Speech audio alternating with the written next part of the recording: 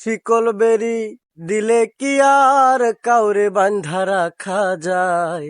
শিকল বেরি দিলে কি আর কাউরে বান্ধা রাখা যায়? যদি থাকিতে না চায়, কি লাভ হইব শিকল বেরি দিয়া পাখির পায়?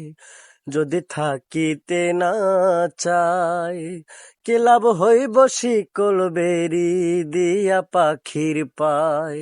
আমার মন ভোলা পাখিটা শোনে না রে কথা, কি লাভ হইব শিকল বেরি দিয়া পাখির পায়?